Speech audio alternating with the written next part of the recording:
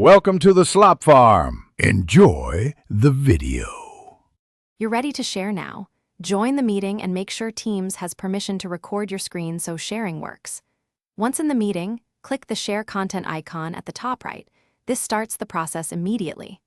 Pick whether you want to share an entire screen, a single app window, or a PowerPoint file so you control what others see.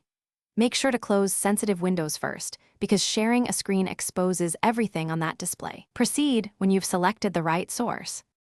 Once done selecting the source, choose Include Computer Sound if you'll play audio, and toggle Optimize for video if you expect motion.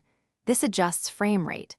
You can open a file and use Presenter View or grant control to a participant for hands-on demonstrations. Give control on the toolbar, and then take it back when finished. Make sure to switch the shared window if you need to show another app. Teams updates instantly, so your audience sees the swap without rejoining.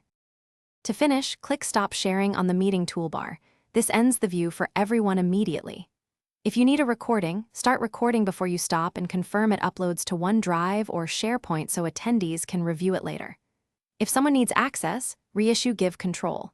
If sharing fails, make sure OS permissions allow Teams screen capture.